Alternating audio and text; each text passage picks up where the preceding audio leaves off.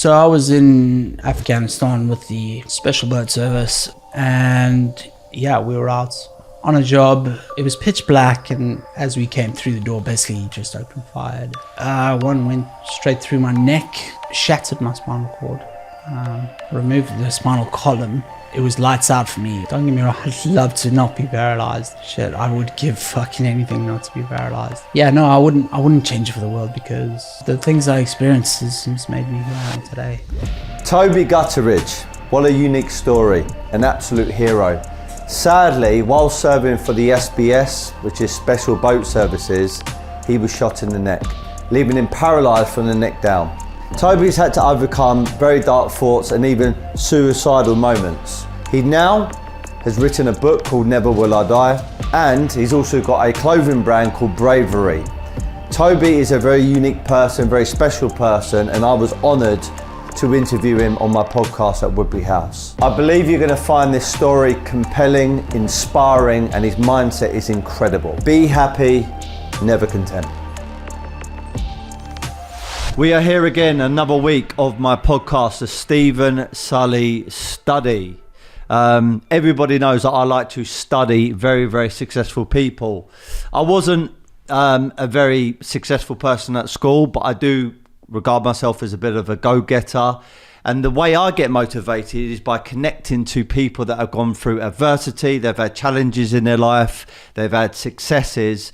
And the guy in front of me is the epitome of that. You know, he's gone through challenges, he's bounced back, he's an author, he's someone that used to be in the military, the S.B.S, I believe. And he's got so many big plans for the future. He's got his own brand, which is called Bravery. So Toby Gutteridge, thank you very much for your time. Thank you for coming down to the studio, and I'm looking forward to this podcast episode. Well, thank you for having me. That's a really good intro. And yeah, I mean, I get what you're saying there. Yeah, I'm a go-getter myself, and yeah, I'm happy to be here. Really happy to be here. Good stuff. Okay, so I think I've done obviously my own research, Toby, and I've done a bit of homework with every single guest that I speak to, but I don't try and do too much where the conversation becomes staged. I like it to be free flowing. I like it to be kind of natural. I think that's the beautiful thing about having a podcast. It is just raw, it's quite natural, and I like just to get the conversation as it comes directly from the guests.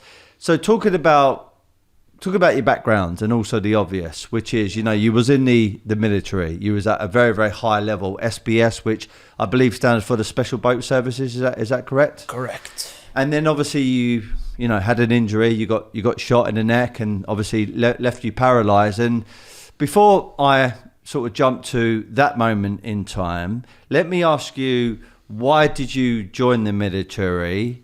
And was that a full, you know, was that something you was always going to go down? Was that the route you were going to go down as a kid?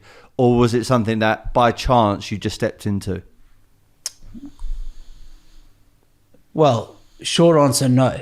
To just start off there. But going back before that, you know, I was born in South Africa, and I grew up there. And much like yourself, I never really found my place at school. It wasn't for me. I found myself going down the bad paths. I did a lot of bad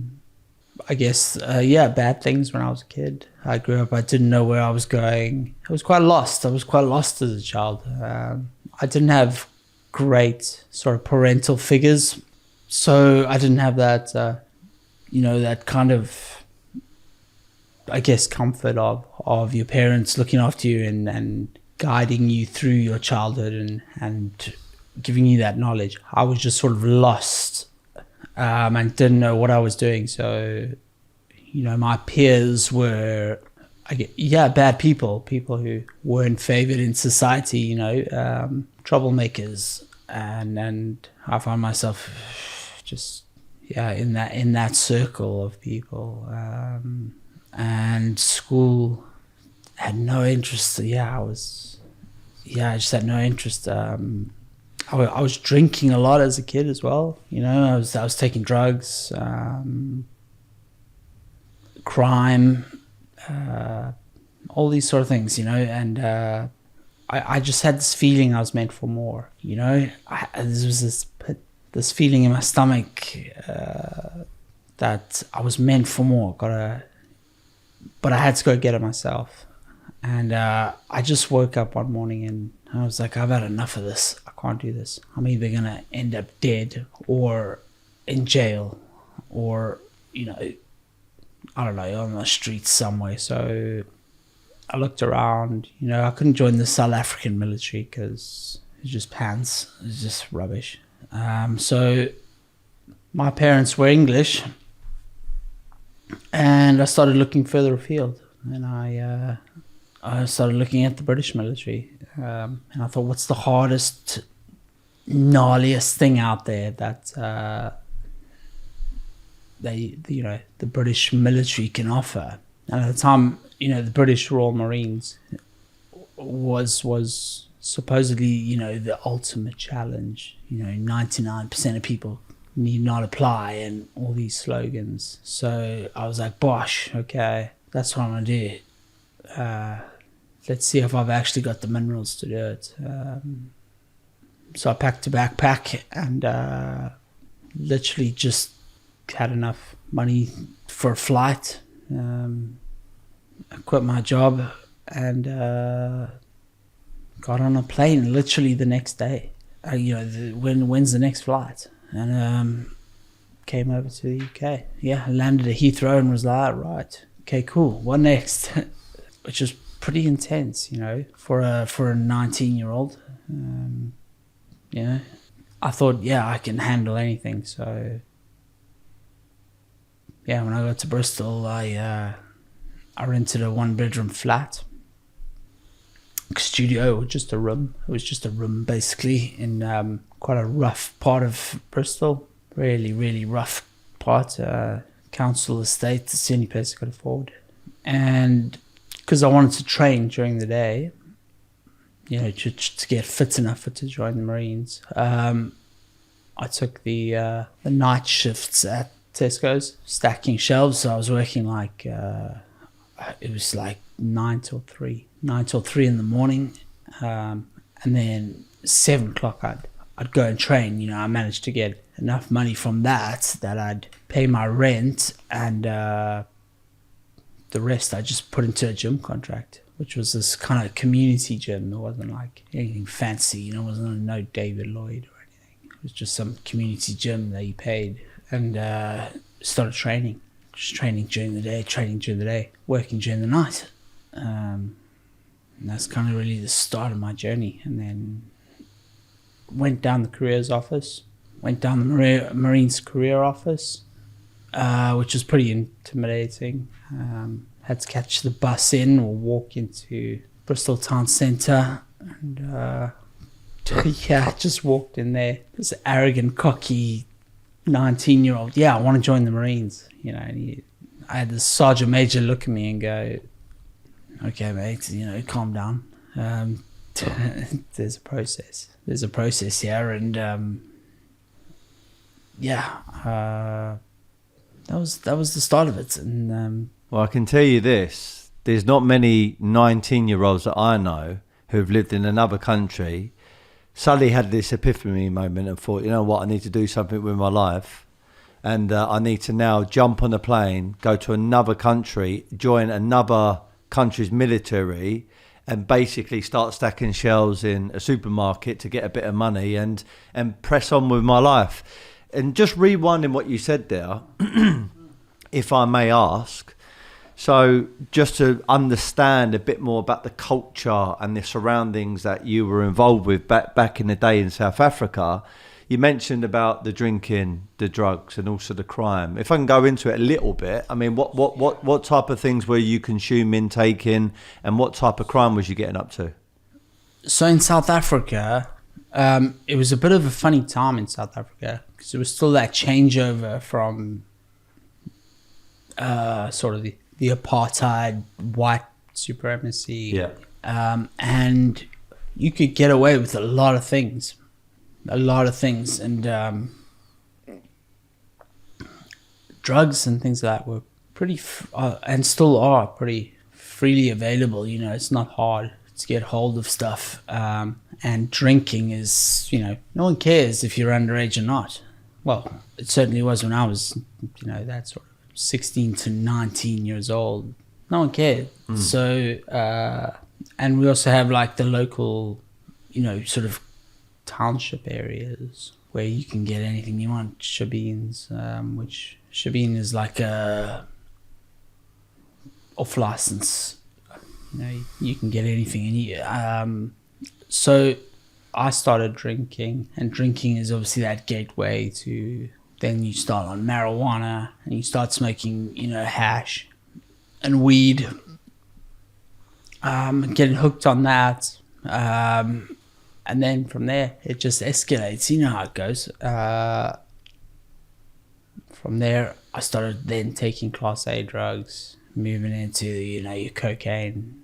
Started getting quite heavy on the cocaine. Tried a few LSD stamps.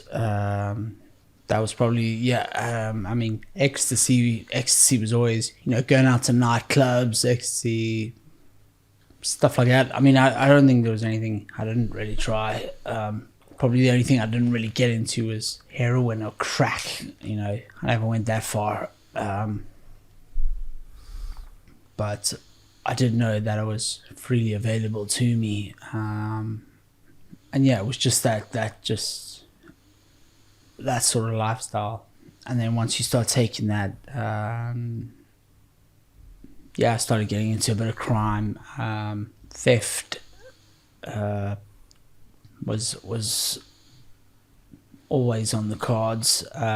Not theft in terms of like, I never did any, you know, break-in and assaults or any getting into trouble like that. Most of it was just shoplifting and just causing shit. If I'm honest, just causing trouble. Being a nuisance. Yeah, to society, you know, going into places, big shopping malls. And if there were, I remember this one time, me and a mate,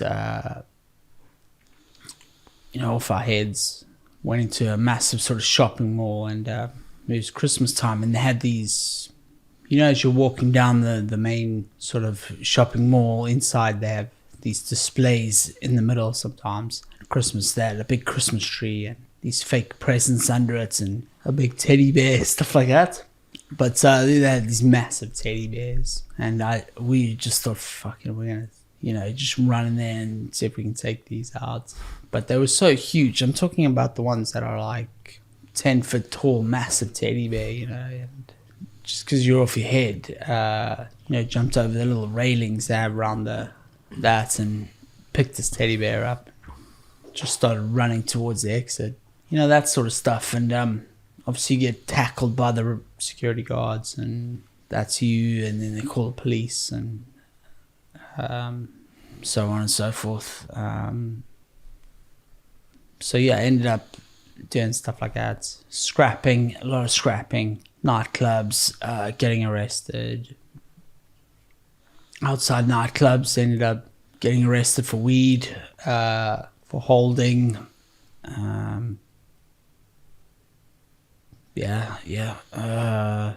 Spent quite a few nights in cells. Basically just, stuff like that. So you can see how it's, how was this just a nuisance, really. So is it fair to say you was a bit of a lost cause when you were younger? 100%, 100% lost cause. Just found yourself in environments, situations where, I guess out of boredom, you would do drinking, you would do the drugs, that would lead on to petty crime, and then you're in that social circle of, well, that's all we know, and that's what we know, and that's what we're going to continue to do. Yeah. I guess me not being in the military, but I mentioned to you off air that I was going to join the Marines because I too wanted a bit of purpose in my life, and I was not very good at school, but I was quite good with sports and being physical, and I thought this would be the perfect career path. And one thing that attracted me to the Army, Marines, or even something higher than that, such as, you know, the S.E.S. or S.B.S, etc., is the routine. you know, that routine, becoming a champion, bettering yourself, being physically tough. There was a lot of attraction to that. I never went down that path, but a small kind of insight to that world is doing boxing. You know, the boxing camps, the training, being an athlete, etc. Was the army, was the military, was that the attraction of having that routine and having that discipline? Was that a big factor for you? Huge factor, and I think it's really what attracted me to it. Well, it was one of the big things that attracted me to it. You know, I think guys like me, and I could see it with my peers at the time, because we didn't have any discipline, we didn't have any structure, we didn't have any family. You know, we were kind of just these lost causes, but we were really begging for it, you know, almost crying out for it, because we had so much potential, we just didn't know how to harness it. You know, I saw it in a lot of the guys I was with. They were really creative or really smart or, you know, really streetwise, could outwit a lot of, you know, the sort of,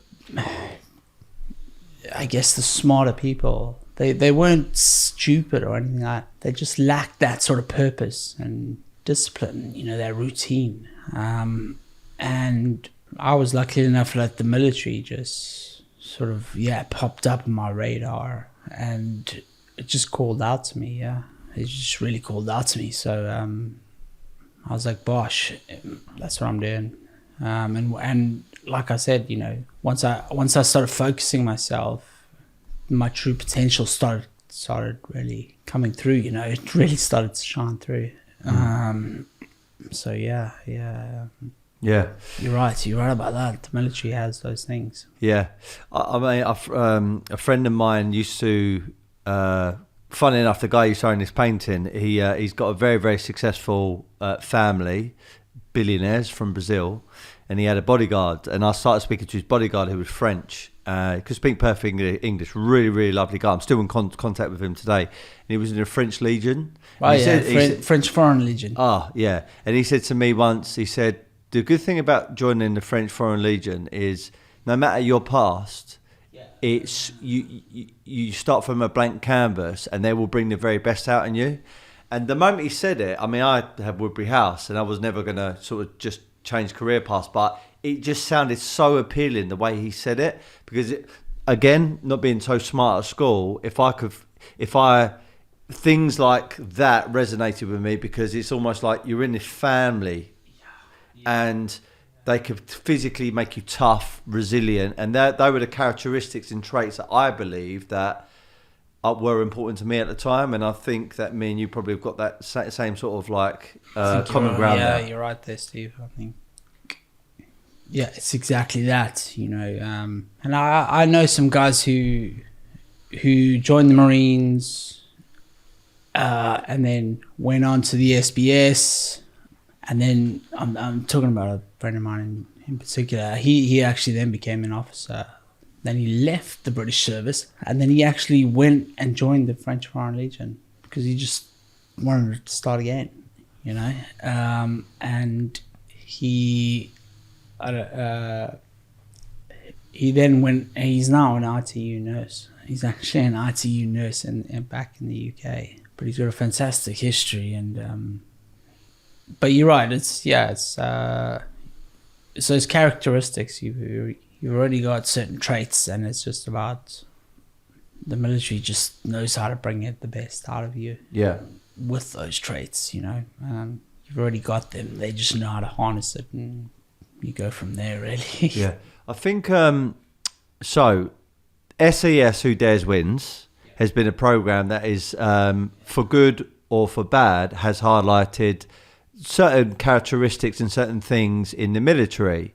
And I sometimes think, well, how true are the stuff that some of the presenters are saying? How tough really is it? So being someone that has been in the military, but at a very high level, at S.B.S. level, I want to ask you a few things. Number one, just for the audience's purpose, benefit, what's the difference between the S.B.S. and the S.B.S? And actually to get to that level, how tough really is it? What did you have to do? How did you have to qualify? Give me some of the experiences that you went through in order to get there. Okay. I guess now I'm no history expert, so forgive me if a lot of this is not 100% accurate. I can only go off what I know. The S.B.S. used to be a part of the Marines, right? So it was just a branch in the in the Marines. So you join the Royal Marine Commandos, and because it's a self-contained military organization, we have different branches. So you can join, once you're a Marine and you've passed, you can then go on to be a chef, you can go on to be a weapons specialist, you can go on to be a mechanic. There's various branches, signaler, etc., etc. And one of the branches, now this is quite back in the day, used to be called the swimmer canoeists, and you could join that branch. And it was a really tough branch to join, and then from there, eventually that branch sort of became so elite that they started making their own unit, and it sort of moved away a little bit from the Marines and became just this higher tier, if you like. And then the SAS, basically they were their own regiment already. And I'm not too, like I said, I'm not too clued up on the history of the SAS when it comes to how it was formed. But it was its own regiment, and I believe it was formed back in, the World Wars, when you had these special guys in North Africa doing special reconnaissance stuff that was, behind enemy lines and so on and so forth. But nowadays, they've sort of amalgamated into one. So you've got UKSF now, which is pretty much both of us together, joined together, and we do the same entrance selection program.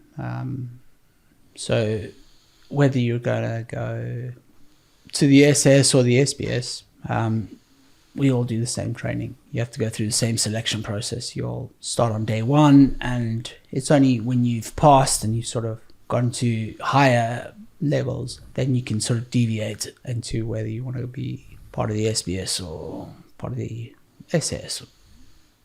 So that's a rough guide of how it works. Yeah. Now I can't remember the rest of your question. And how tough was it? Because again, looking at some of these programs online, and they talk about it. Yeah, I think anything on TV, especially when it's made for entertainment purposes. Yeah, you've got to always remember that. You've always got to remember that it's for entertainment purposes. Yeah. It's for the general public. And then I question. I think, okay, this looks entertaining, but how tough really is it? Is it more extreme than what they're saying? Is it less extreme? I always wonder. Well, people, I guess, who are going for selection and going for special forces are already quite well trained. So it's just a snapshot, really, of trying to show how tough it is and a bit of the selection process.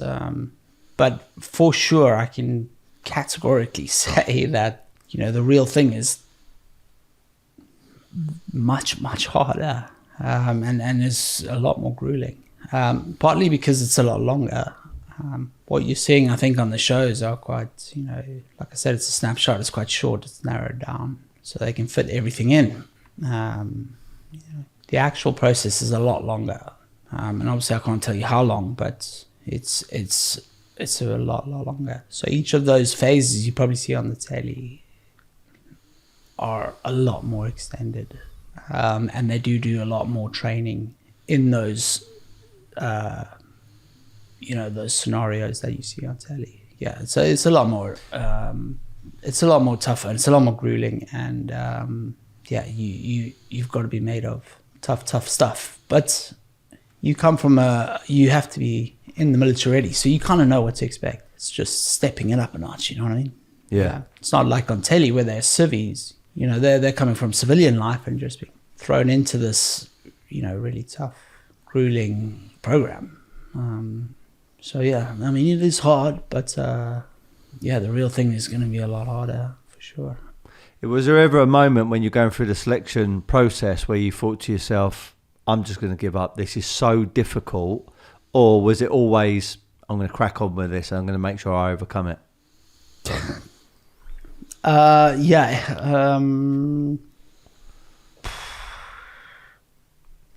Every day you question yourself, you know, it's hard. Every day you question your sort of sanity and your motives for doing this.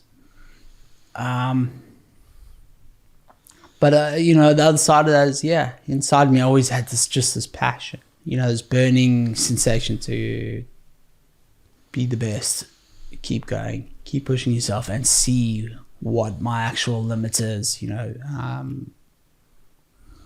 And yeah, you just have to have this silent confidence in yourself that no matter what gets thrown in front of you, no matter how tough it gets, you're gonna beat it. You're just gonna get over it, you know. And that's something, I think very few people have. And going back to, you know, growing up being a little bit of a tough kid and having it quite tough, I think that just, you know, helps you believe in yourself a little bit more. It just gives you that edge that you need. I know you can't reveal exactly everything in the military, in the S.B.S. and selections. You're going through that selection process. I know you're forbidden to do so, but is there any small window that you can let us into where you could say, right, during the selection process, this was the harder thing I had to do because of X, Y, Z? Is there anything you can share, Toby? I mean, I was much like yourself. I was quite a physical kid, and quite active, and I was always into doing outdoors activities and sports. So the physical side, I think I found not too bad. The physical side, which obviously you have to be at, you know, the peak of your physical fitness to get through it. I didn't find that too particularly grueling. Don't get me wrong, there were moments where I was absolutely hanging out of my ass, where I thought, you know what I mean? I'm at the other limit. But what I found the most challenging was just the psychological aspect of it. That really took its toll. You know, after a while, it does start to grind you down, and you're questioning yourself, and you sort of thinking, what am I doing? Why am I doing this? Do I actually have what it takes? You know, these sort of questions, and they know that. You know, the DS or the directing staff, they know that it's always going to get to that point where it's going to become a psychological mind job, and they start to really press you on that. And there's certain phases where they really dig into that, and really question, you know, your motives, and they want to find out what kind of person you are. You know, are you a bit of a hand grenade? Do you have a temper that can fly off the chain, or are you quite cool and calm under pressure? And if someone's constantly telling you you're not good enough, are you going to believe in yourself? You know, question that back, because when you've got someone who's already badged, you know, who's special forces, and he's telling you you're not good enough, you're never going to be good enough. Well, you know, what are you actually here for? Because you're wasting our time, you're wasting your time. That's gonna, you know, you're gonna question that. You are, for sure, because he's already done it, and you're thinking, well, if he's done it and he's passed it, he knows what it takes, and he's telling me I'm not good enough. Oh, maybe I'm not good enough. You know, maybe I'm not. Maybe I don't have what it takes. But you gotta have that self-belief to go, no, I'm gonna keep pushing. I'm gonna keep trying, because I believe I am good enough, and you have to find that confidence. But going back to, you know, what your original question is, that psychological aspect I found so hard, especially when you're tired, hungry. You've been pushed to the limits, and you're at that point where your mind is just it's questioning everything. That was the hardest thing for me, I think. When you qualified and you become, you know, in the S.B.S, you hit your goal, and you've gone through all that training, all those days of suffering, sacrifice, uncertainty. The euphoria that you must have felt qualifying must have been like no drug, no experience quite like it. So tell me about that. Tell me about that feeling as you qualified. Yeah, it's like you say, it was like no drug I've ever felt. Partly because, you know, I'd found my place, and I'd achieved something that very few people can achieve, and it proved to myself that I was special in some way, you know, and that just filled me with something so special. I can't actually describe it. I'd literally found my place in the world, you know. I was happy, but I mean truly happy, you know. I really I was buzzing, man. Like, put it that I don't know how to explain it. I was literally off the chain. I was buzzing, you know. I was young, and I'd achieved something at a very young age that not a lot of people can do. The funny thing about it is you want to tell everyone, but also you don't want to tell everyone, because it's not how we do things in the S.B.S. You have to, you know, it's a pride thing. It's a personal thing. It's a personal journey. It's a personal thing that you keep quite guarded. But at the same time, you are bursting with joy, you know, and it was best time of my life, actually. I have to say it was probably, the best time of my life. Yeah. That, and actually passing the Marines is another time, you know, because that was very special as well for me. I felt like I'd found my place in the world, and I was with my family. It truly was, yeah. It's good. Very, very impressive. The amount of time that you served in the military, from both Marines to, you know, the end of your career there, how long was it? I actually served quite a short career.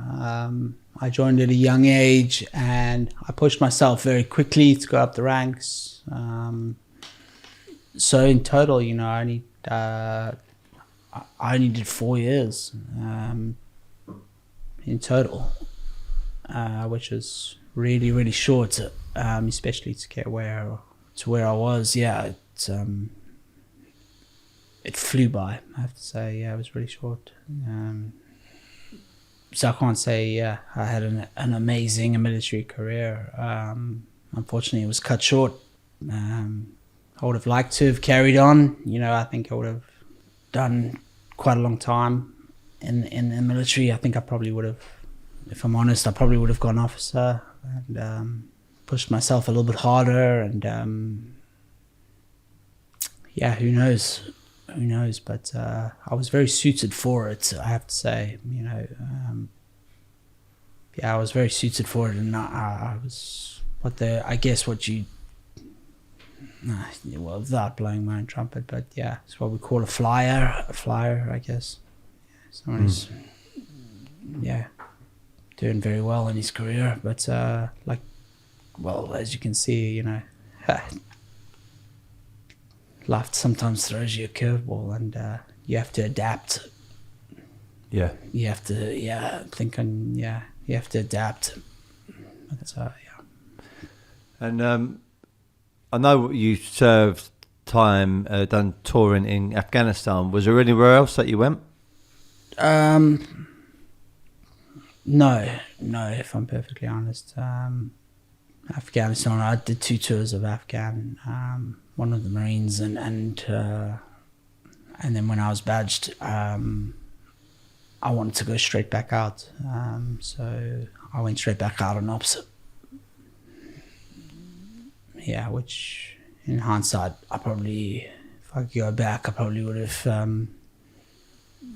probably gone down a little bit of a different road and got more experience and done a few more things. Yeah. But as it was, I was very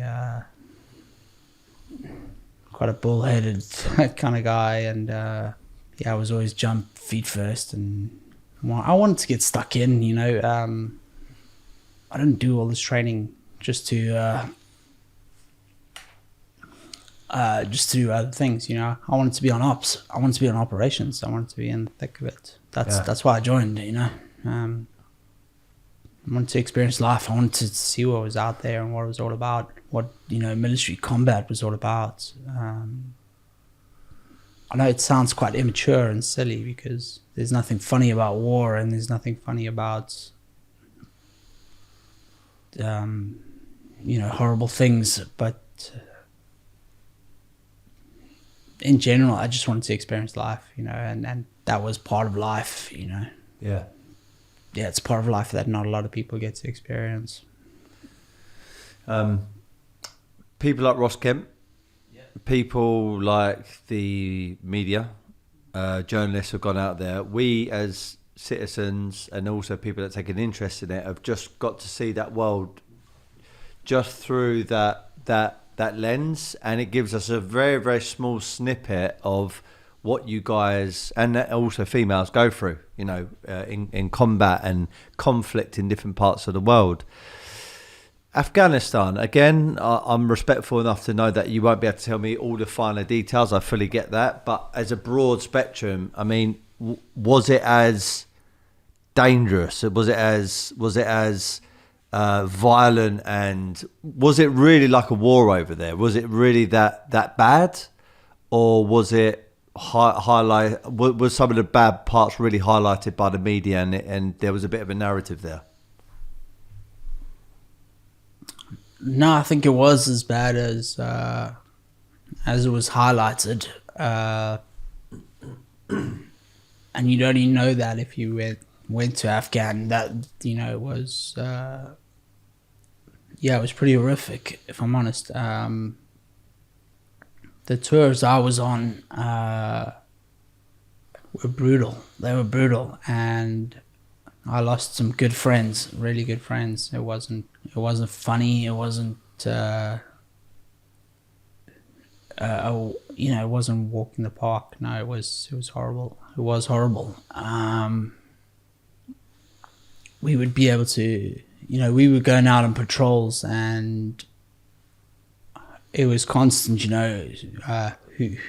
When are we going to get attacked, and when is something going to kick off? It was constant, and when we'd get back to wherever we were, the FOBs, the forward outpost bases, and we had nothing. We were sleeping on the floor for the first few months. We were on rations, 10-man rations. We were getting shelled every day, nearly every day, and by which I mean, we'd have mortars coming over our fob walls, and sometimes you'd have Chinese rockets, and they would hit some of them, but hit the actual sangers, where we were lookout post sangers, and it was you were constantly on edge, and every day going out on patrol, you would worry. You would worry, and you never knew what was going to happen. And that kind of anxiety and stress for long periods of time just messes with you long term, and it stays with you. But I certainly think the media, not that I saw, did I ever think, that's just blowing it well out of proportion, it wasn't that bad. I never thought, it wasn't that bad at any point. It was horrible. Yeah, it was tough. And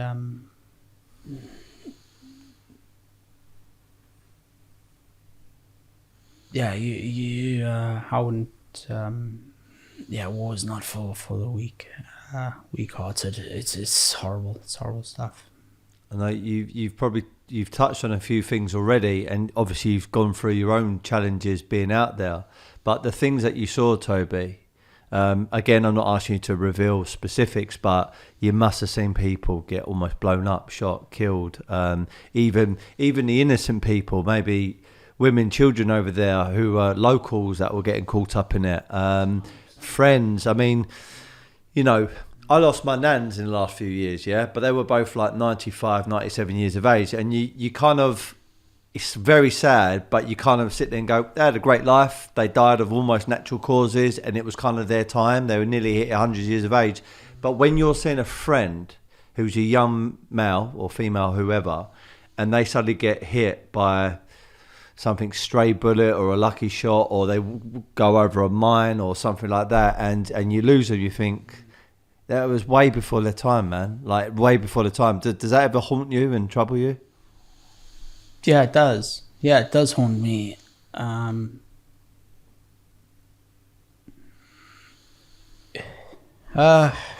know,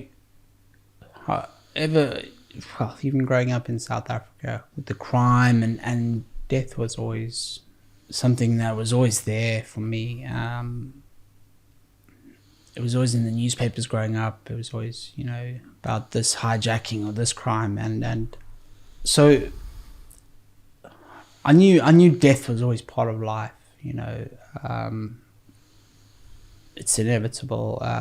But yeah, when it happens so abruptly, when it happens so quickly, and you just don't have time to process it, because one minute you're with someone, and then the next minute they're gone, and it's not like, oh, he just, you know, popped down the shops, or he's gone forever. He's gone forever, and it just makes you question everything. You know, it really makes you question everything, and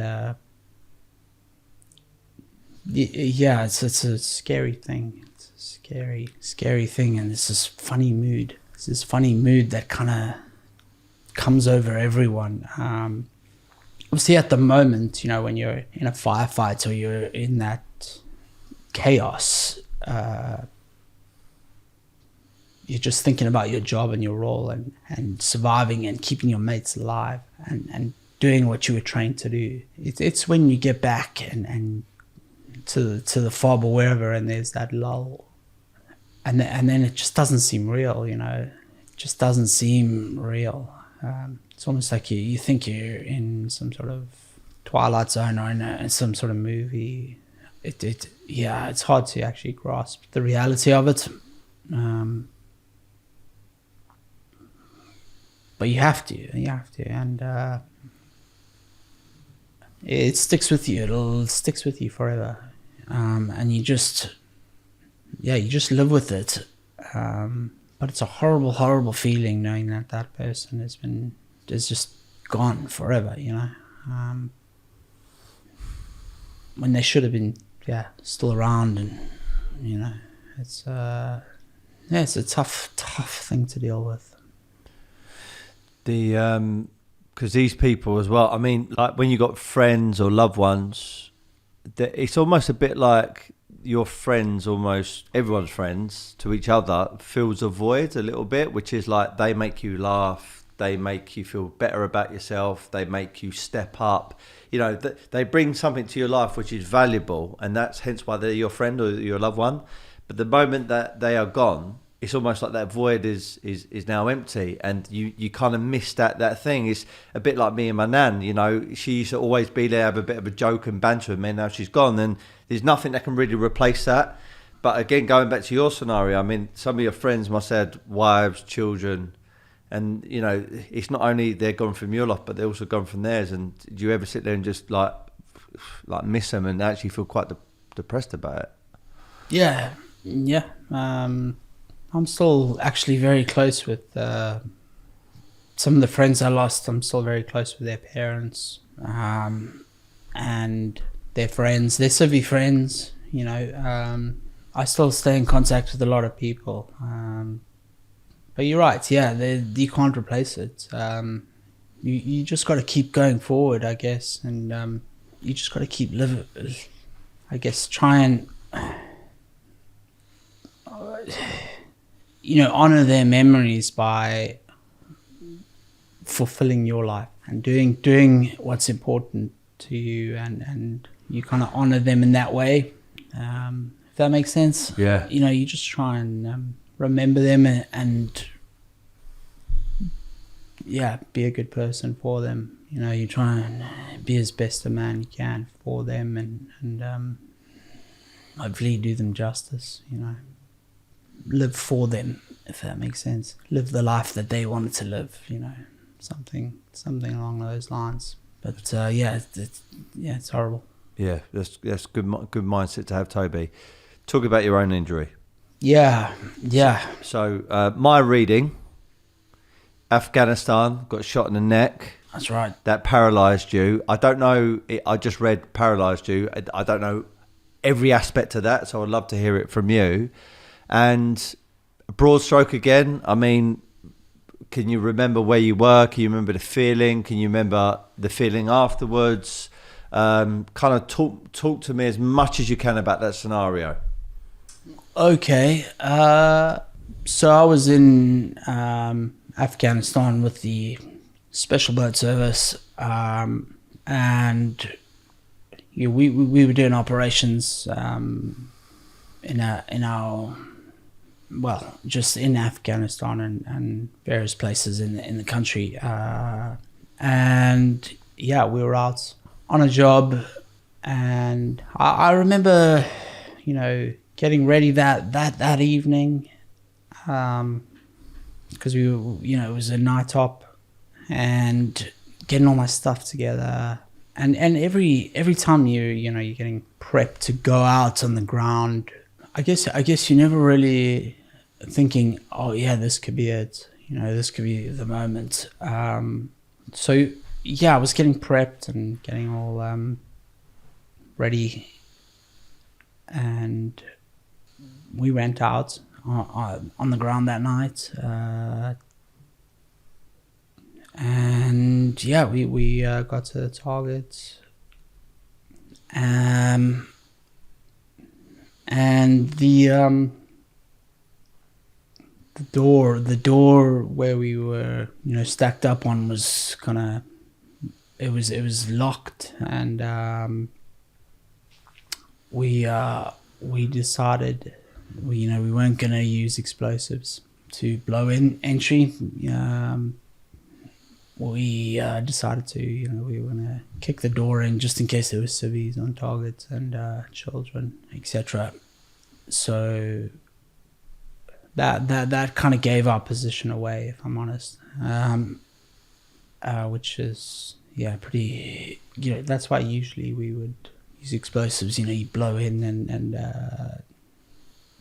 catch the enemy by surprise, that massive explosion, and that gives us the element of surprise and kind of startles them, if you like. But in this sort of scenario, it just that wasn't the choice we made, and we went through, and it was my team that went in first, and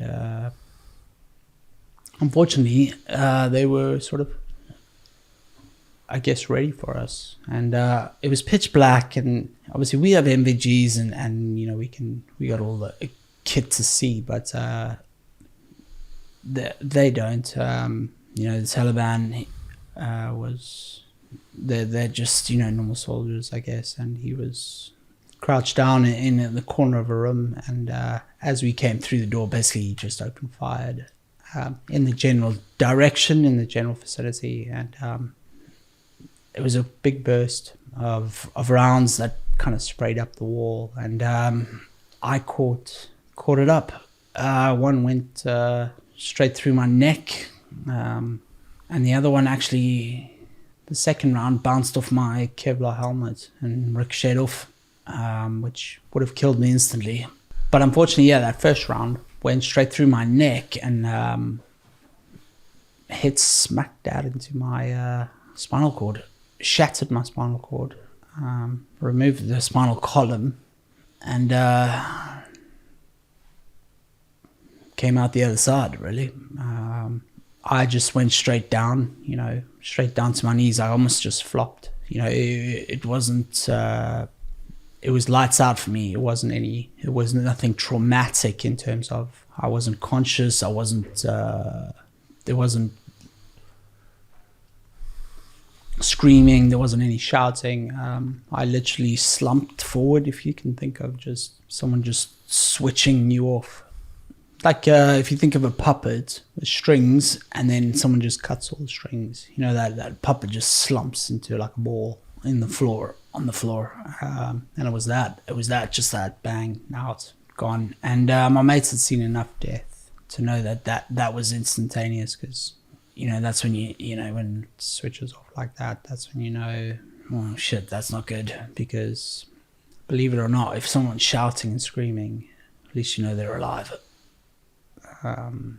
So yeah, it was that. They dragged me out and started working on me straight away, trying to find the bullet hole, the wound, packing it, checking if I had a radial pulse, and trying to keep me breathing. So yeah, that's really how it happened. That was the night it happened, and but I was out cold, completely out cold by this point. The only thing I know now is from stories I've heard from my, colleagues on the ground about what happened next, and I believe that was, they called in the helos, the emergency CASEVAC, and I was shipped off to an American base, and from there they stabilized me and got me back to Bastion, where the main sort of hospital is in Camp Bastion, and kept me under sedation there. They knew I was alive, but they didn't know how badly I was injured, and they realized very quickly that I needed to be repatriated back to the UK because they just didn't have the means to I guess perform the operations and procedures that needed to be done. They needed specialist neurosurgeons. So I was repatriated back to the UK, where I was. I landed up in Queen Elizabeth Hospital and then Neuro RTU ward in Birmingham, where I was in a coma for 2 months. Where they performed three massive operations, where they tried to repair as much damage as possible, but it was 50-50 all the way. It was 50-50 all the way. Even the neurosurgeon said, we don't know if it's worth waking him up, bringing him out of the induced coma, because we don't know how much brain damage, how much oxygen starvation there is to the brain. He's completely paralyzed from the neck down. He'll never breathe again without the support of a machine. And he'll never walk again or move again. So we need to make the decision, is it worth actually bringing him out of this coma? And my family made the decision to take the chance. Let's bring him out and see what happens. And here I am today, basically. Yeah. In a nutshell. It's a crazy, mind-blowing story, man. It is. And that's just scratching the surface, the psychological elements of it. It's just a mess. Yeah. It's hardly worth thinking about. It takes me to some dark places, man. I can only imagine, Toby, and I've got so much respect for you for even just sharing what you shared so far. So I do want to touch on the psychological stuff, but before I do, of course. The obvious stuff. So obviously you're in a wheelchair, you're paralysed from neck down, and then obviously you got the breathing apparatus. That's right. So literally without that, you couldn't survive. Nope. Yeah, I'm fully ventilated, fully dependent on a machine to breathe. It gives me a set breath, per set amount of breaths per minute. I had to learn how to talk again on this machine. I had to learn how to eat again, how to swallow. I mean, the prognosis they gave me, well, they didn't give me, but they gave, my colleagues and my family, was that, we don't even know if you'll be able to see. His level of injuries so high. He might be blind, brain dead. But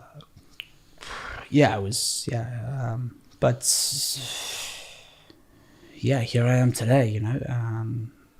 And I put that down to a lot of things. I was extremely fit and healthy. So that kept me alive, I think. And then just the mindset, it's that mindset that they instill throughout the training, the special forces training, and that is you never ever give up.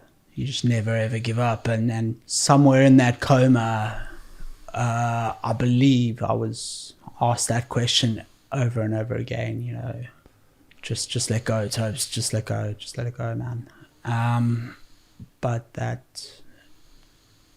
that scratch inside you, that fire just says, no, it's not my time. It's not my time. So yeah, it's just that stubbornness, I guess. Yeah. It's brutal. Yeah, but that's it. I can only imagine, if I knew you in your heyday when you were training, competing, being uber fit, me and you would have got along like a house on fire, because I also like to keep myself training. If it's not for a boxing fight, it's just part of my lifestyle. I think that when you're in business for yourself, when you've got a family, or even just day-to-day life, it's really healthy training, because it's not just about your body, it's about your mind, it's about your emotions. I think it's so important. Yeah. But sorry to ask such a kind of a deep question here, but like me and you, I feel like we're the same to a certain level. To have that taken away from you, like to go to the gym, to go for a run, to compete, boxing, play sports, etc., even just go and walk with your friends and family, I don't even know how else to package it up. It must have been at the start very depressing and like... I'm trying to go back, because I mean it's a while now, and but it was devastating. My entire life, my career, everything was built on sort of that physical aspect, and then to lose that was, it got to the point, and I don't know, this might, I don't want to jump the gun, but it got to the point where I didn't want to carry on. I just didn't want to carry on, because I didn't see how I could. My whole life I was just this physically active, outdoors, crazily competitive person, and now everything was gone. All I had was the mind, and at the time all I had was my demons, which were just eating me alive. It was so hard. I can't even tell you how hard it was. And I questioned my sanity so many times. It was a really hard time. I spent over a year in hospital on my back, just stuck in a room, no bigger, sometimes no bigger than this, or just on wards, just staring at the roof, day in, day out. It was, put it this way, it was Special Forces selection times 100, in terms of the mental aspect. And it definitely got to the point where I just said, no, I'm tapping out, I'm done. What do I have to do to tap out, which is pretty scary stuff. Like, honestly, I wouldn't know where to begin to like think in that way. But again, I can only imagine myself if someone said to me, I mean, I had a very small incident in comparison to what you went through when I had my motorbike crash when I was younger, and I was laid in hospital. Thankfully, at the start they said we think he might have broken his back, and then they realised it was the kidney.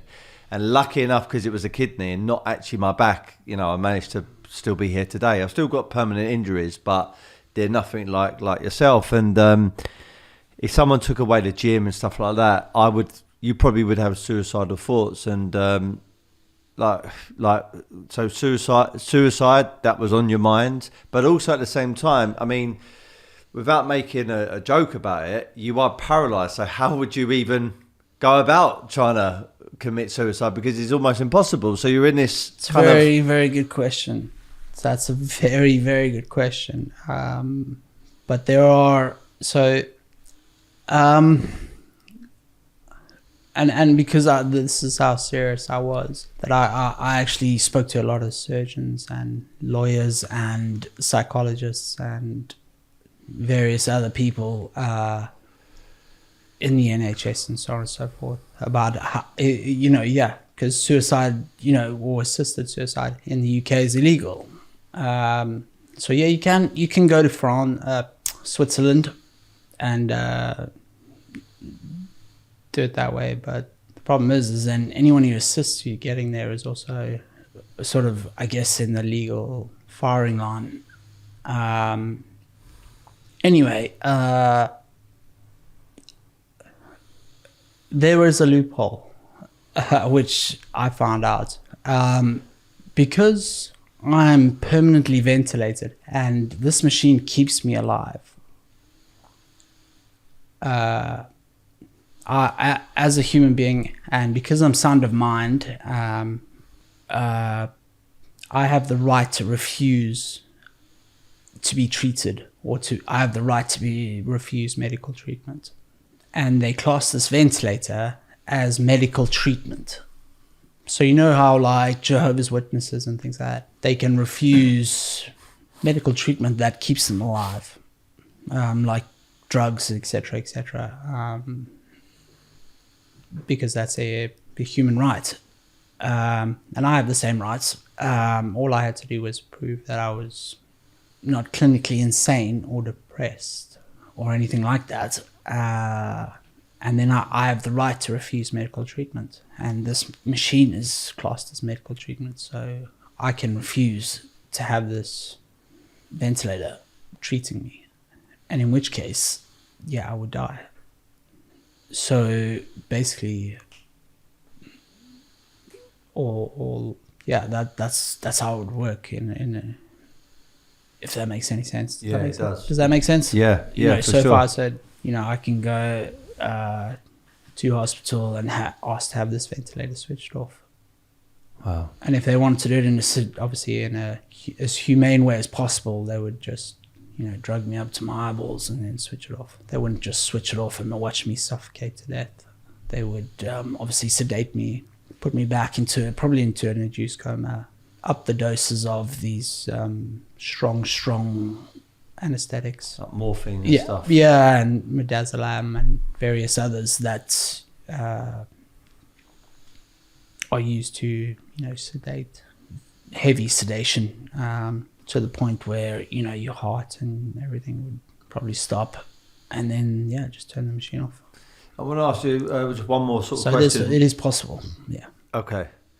I want to ask you sort of one more question to kind of round off this side, but then talk about what you're doing now and like the real positive stuff. Yeah, exactly. The question I'm about to ask, to some viewers are going to be like, why the fuck are you asking them that? Obviously, there's an obvious answer, but I need to get it straight from the horse's mouth, which is knowing what you know, seeing what you've seen in the military, in combat, in Afghanistan, going through all that stuff and having this life-changing injury where it just blows my mind, like how you're still even here with your mindset. And I have so much respect for you and admiration for you. But do you have any regrets, and would you change anything?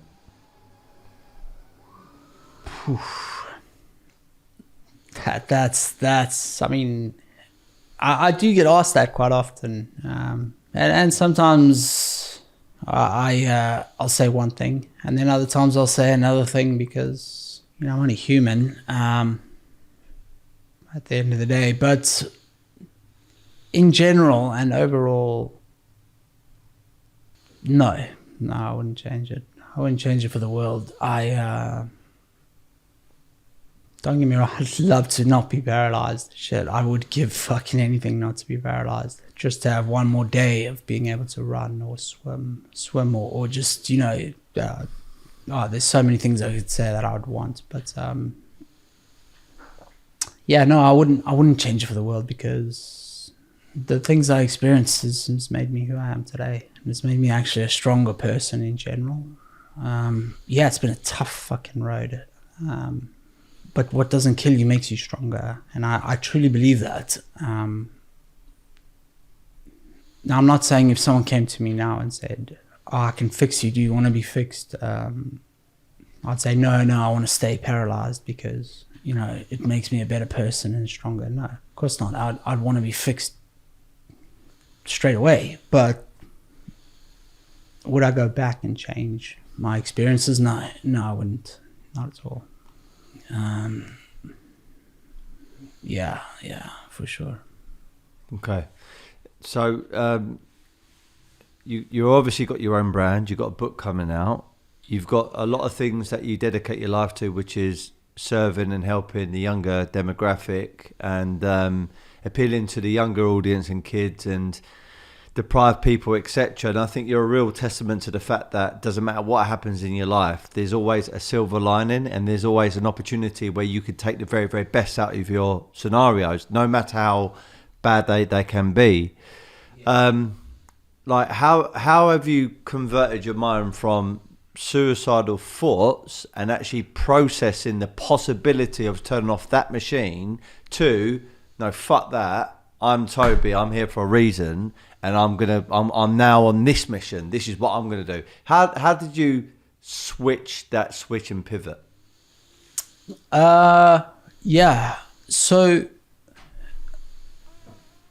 when I came out of hospital and, you know, I was pursuing this action of turning off the machine and effectively ending my life, I ended up in such a dark place. I ended up in sort of a psychiatric hospital, the Priory Hospital, and I was still trying to get help, and, you know, I was having people support me in that aspect, and I met a great psychologist who, and I'll never forget it. He said to me, Toby, just do me one thing, you know. Remember three things that define you. Three, you know, positive things that define you as a person. And I was like, yeah, okay, cool, whatever. And I sat there for days thinking about it and thinking and trying to think about, you know, who am I? What am I? Why am I here? All these big questions and all that. And I got down to it eventually, and I wrote them down, and I realized once I'd seen them on paper, yeah, I had still a lot to give. I had still a lot to offer, and it just reminded me who I was as a person and who I am, and it just gave me a little spark that I needed. And from there, my mind just started to slowly come around to the fact that I still had a lot to give and a lot to, you know, I could help a lot of people, and I just started thinking about that more and started thinking on the positive and how I could do that, and that sort of just started making me think a bit more positively and a bit more okay, let's start building on this. And that was really the turning point, if I'm honest. That was really the turning point where I just thought, yeah, okay, cool, I'm gonna make a go of this. And yeah, like a lot of people, they get to that T-junction in their life, whether they're gonna go left or they're gonna go right. And I decided to go right, which was to carry on. And decided from that point, I'm going to make a go of this. No matter how bad it gets, I'm just going to keep going.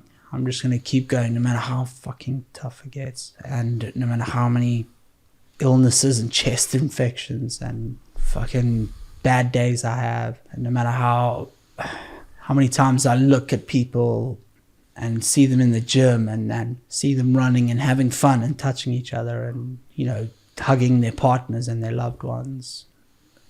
I'm just going to take it as a challenge. Literally like I did with the Special Forces when I started selection, how I did with the Marines, when I started Marine training, how I did when I decided to leave South Africa. I'm just going to, balls to the walls, fuck it. It's kind of that mental attitude, yeah.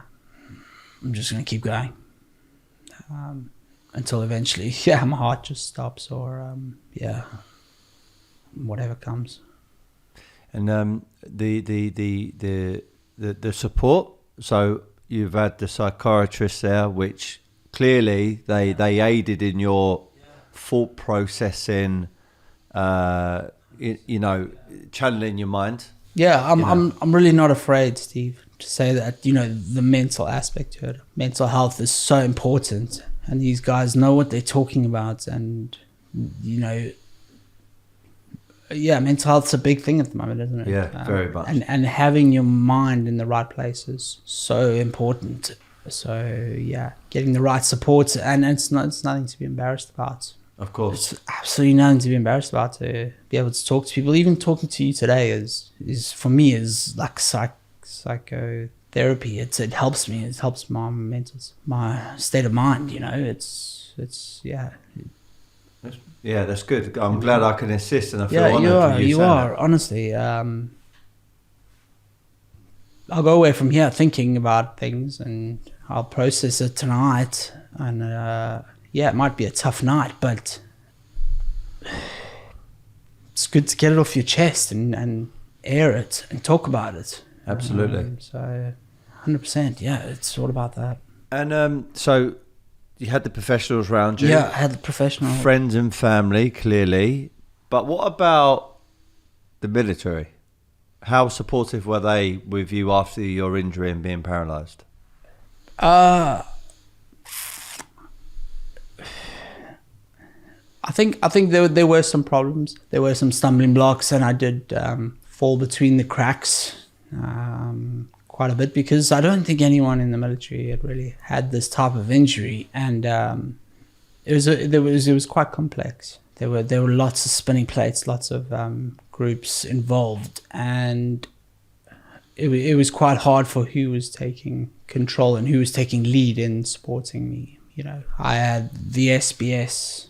I had the NHS, which is like the care quality commission groups. I had, because I was still under the military, I was still employed by the military, so I think the military kind of thought I was being looked after by the NHS, and your NHS GP, but the NHS GP and the social services all thought I was still being looked after by the military.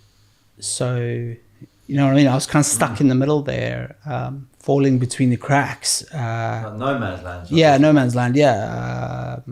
Because everyone thought someone else was holding the ball. But in actual fact, no one was.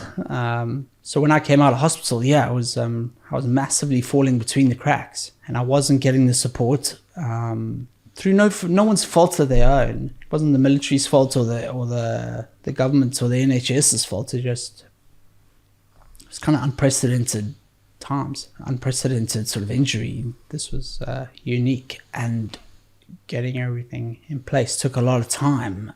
So for a good few years, I was kind of left alone, and I was really struggling because I wasn't getting the care. I wasn't getting the support. I had no one really to, help me in a sense. get back on my feet, if you know what I mean. Yeah, and it was a really scary time because I was sort of lost. I didn't know any of this stuff. I didn't know where to go, who to approach, how to get, government funding for certain things, and what I can and can't get, and what's statutory and what's not, and what needs to be, maybe done privately or private fundraising or whatever. I had no idea. But and I was young. I was only 24. Yeah, what did I know? I'd been in the military basically for the last 5 years. So I didn't really know anything really. But slowly but surely, I got some support, and people started getting involved and started filling the gaps and filling the cracks and getting the right people involved and bringing it all together, and started getting the support I needed and the right people involved to support me properly. But it's taken 10 years, and I'm still trying to, fill those little cracks, and it's not perfect, but it's a lot better than it was. But like I said earlier, I'm just going to keep trying, keep going, and never going to give up, and I guess that's going to be my, what I leave behind is just that never ever give up, no matter how flipping hard it gets. Yeah. Champion mindset. Yeah, exactly that. It's the mindset. 100%. Yeah. You got the book coming out, so can we talk a little bit about it? Of course, the title? Absolutely. Yeah. So share with us your book that is coming out. Okay, so on the 9th of June this year, 2022, my book, it's called Never Will I Die, and it's called that for obvious reasons. And it's an autobiography basically about my life. Growing up in South Africa, what it was like in that sort of early 90s, what kind of person I was, how I was, sort of not doing very well as a kid. And then moving into the Marines, and how I just kept going, got through it, never gave up, lost everything, hit rock bottom, wasn't being looked after, thought, fuck this, I'm calling it a day. And then from there, saying, no, I'm not going to do this. I am actually going to make a go of my life. And then going back to education. So I went back to university, but before I could go to university, I actually had to go back to school, right back to GCSEs, because I didn't have any of these qualifications. So I went, right back to GCSEs, did my education, got into college, did my A-levels, pushed myself, and which was tough, having to go back to school, with kids and that, when you're obviously a lot older, and then you got so much experience in life and you're looking at these kids, but it was great because they gave me a big boost. They were actually really nice. And then went back to university, got my business degree.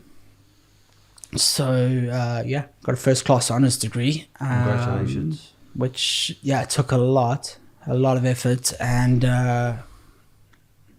when they were telling me about, you can have sort of dispensations, or you can have allowances for your exams, I was like, hell no, I want to do it like everyone else does it, and I'll pass on my own merit. And I did. From there it just talks about what it's like setting up a business, what my business is about, why the business exists, and really where I am today. So it's a great book, and I think people will get a lot from it. I really do. I didn't write this book, for my own personal gain. I wrote it because I think there's a lesson there, or there's something people can take from this book, in terms of courage in the face of adversity, and never giving up, the human spirit and how strong it actually is with the will and the right mindset. So I just want to give that story to everyone else, and hopefully we can help a lot of people, help the youth, help people who are struggling, help people who really need to know that no matter how bad it gets, there's light at the end of the tunnel. You just need to keep going. Famous quote, and I don't like giving quotes, but I thought, I like this quote. When you're going through hell, just keep going. Winston Churchill, right? Yeah, that's Winston Churchill. Exactly, yeah. Just keep going, man. Just keep going.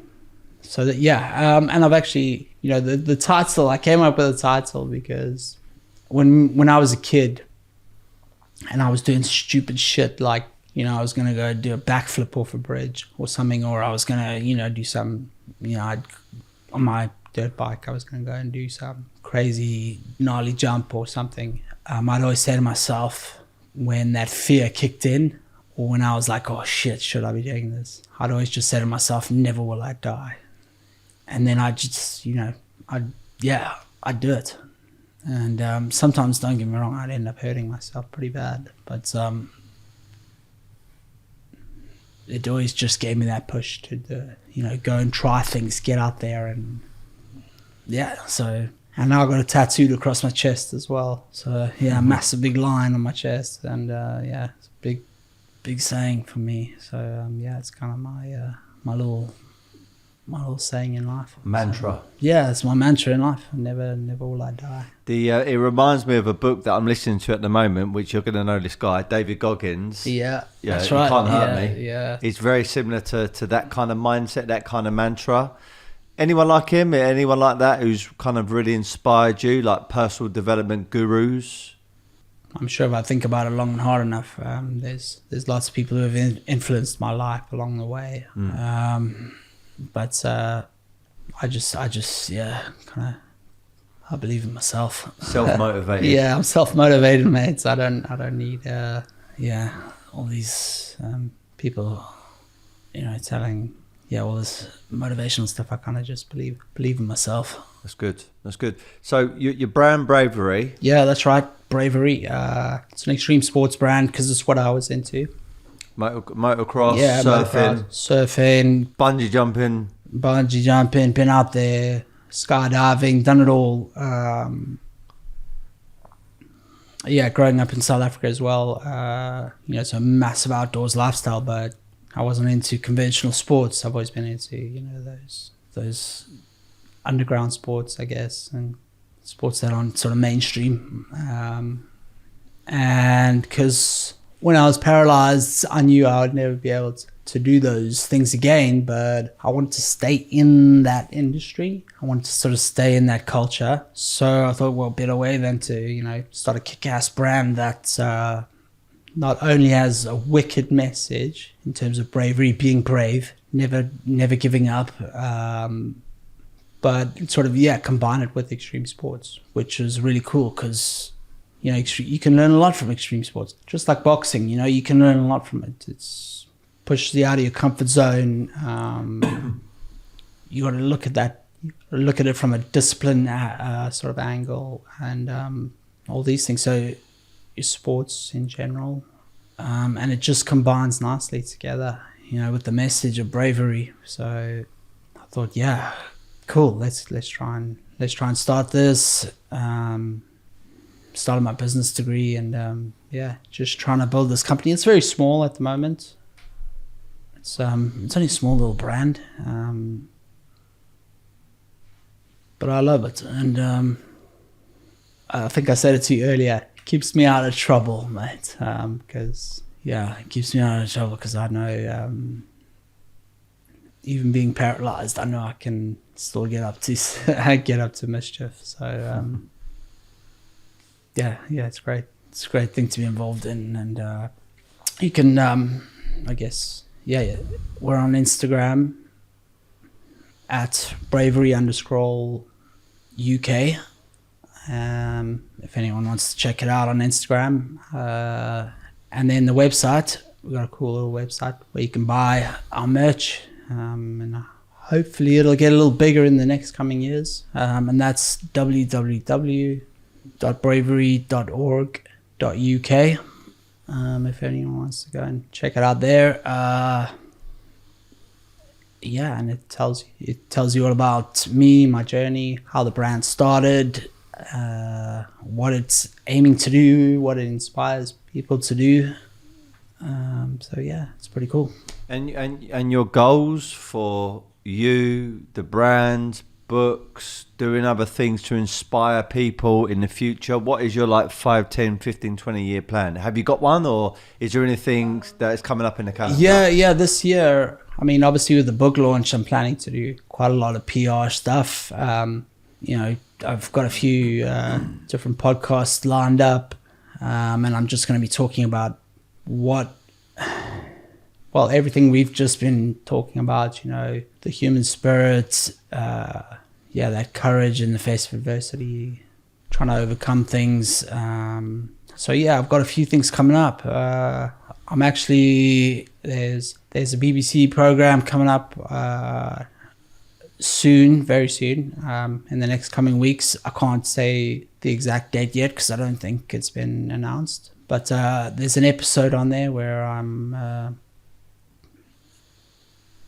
basically getting back on a motorbike, back in a sidecar, which was wicked, by the way. Totally cool. And then going out and just bombing around with a mate of mine, an ex-serving badge lad of mine, friend of mine, really good friend.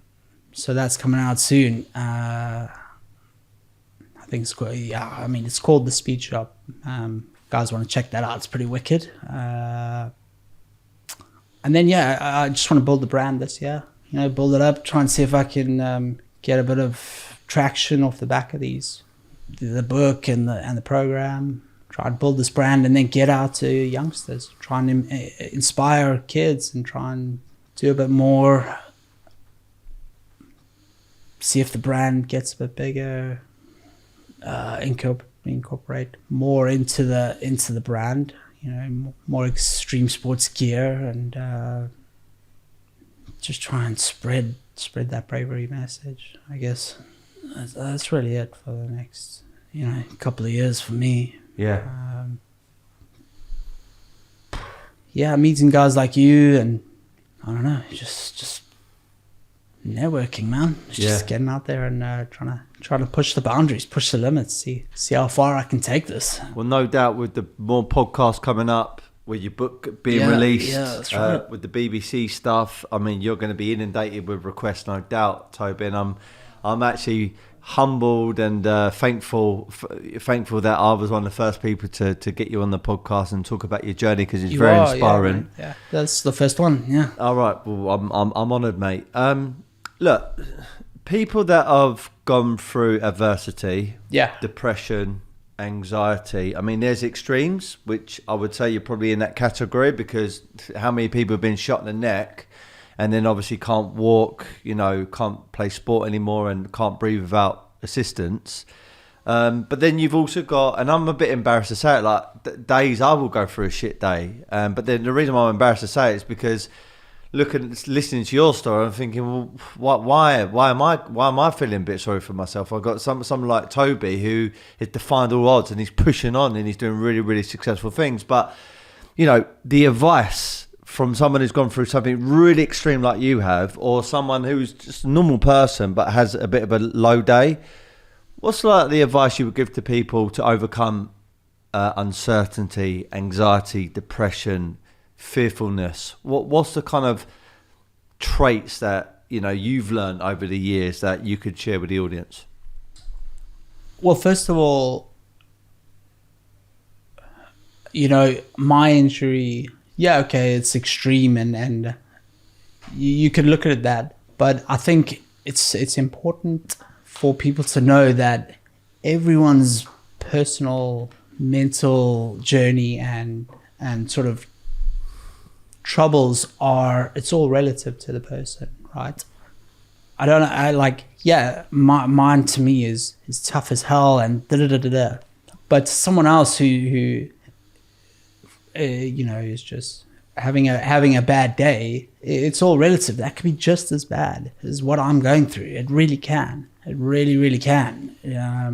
Everything is subjective to the person. So that's really important to remember as to anyone else out there who's going through something, is not to look at someone else and go, oh geez, he's going through even way worse than I am, so why am I being so pathetic? You're not. It's just relative to yourself, and on that, the way I get through it, and when I'm having bad days, is I always go back to just reminding myself of why I'm here, what I've got to give,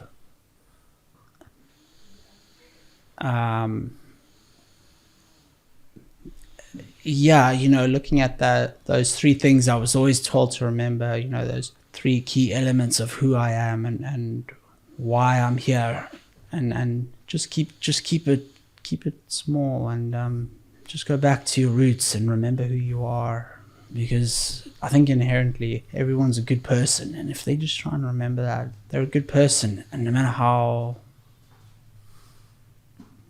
they might not think that, they do have a lot to offer. They have a lot to offer. So yeah, I think that's really how I get through day to day. I think on some levels, on other levels, I'm sure there's a lot more I could say on this. How to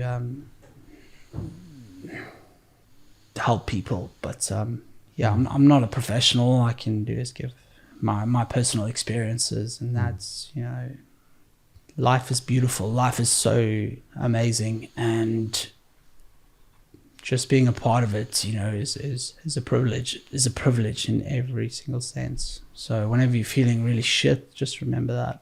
Just remember that it's a privilege to be here. And some people have, unfortunately, I guess, that privilege has been taken away. So yeah, I remember that as well. And that inspires me to live each day to the max it out every day. And see where you end up. Yeah, perfect.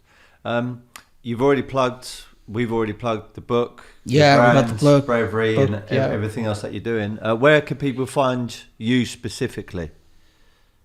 Me specifically? On Instagram? No, I don't have a personal Instagram. Okay. If people want to get in touch with me, go through Bravery Instagram. Okay. It's usually me who replies to messages and stuff like that. So, just DM on Bravery on Instagram. Or on the website, you can email the, I think it's hello@bravery.org.uk. And I'll pick those up, or someone will pass it on to me. But yeah, other than that, just an average Joe living down in Dorset. Beautiful part of the world. Yeah, it is. Is it Jurassic Coast? Yeah, it's the beginning of the Jurassic Coast. Is it? Where's it? Nice. The Rock? It's called the. There's a name of it, like George's Rock or something like that. Jeez, I don't know. I remember walking by a few years ago. Doodle-door. Something like that. Yeah. My wife's parents live in a place called Connaughton, which is in Devon, and occasionally we venture out a bit. And we've gone to Dorset and places like that to go for long walks. It's lovely down the coast. Yeah, fresh air is great. I used to go surfing a lot down in Devon and Cornwall. Yeah. Before my injury. So yeah, it's beautiful down there. It's but then I also like coming back to the Big Smoke. It's a cool place. Don't get me wrong, it's hectic, man, because you realize when you've been down in Dorset for a while and you come back here, how many people there are just crammed in. But no, I love it. I love London as well. It's pretty cool. Now and again, you just the culture, the underground culture is wicked. I dig it. you know. And I love what you guys are doing here, by the way. I just love I love the feng shui, you know, the artwork, the whole building. It's really cool. Thank you very much, sir. Just like you, I came up with my own mantra, my own saying to keep myself positive, upbeat, and striving forward. And I tell you what it is. It goes like this: be happy, never content. Be happy, never content. If I were to ask you, Toby Gutteridge, what does be happy, never content mean to you?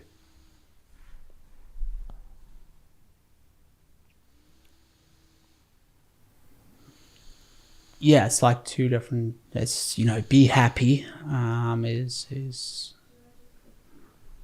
is exactly what we've been talking about. You know, no matter how bad it gets, just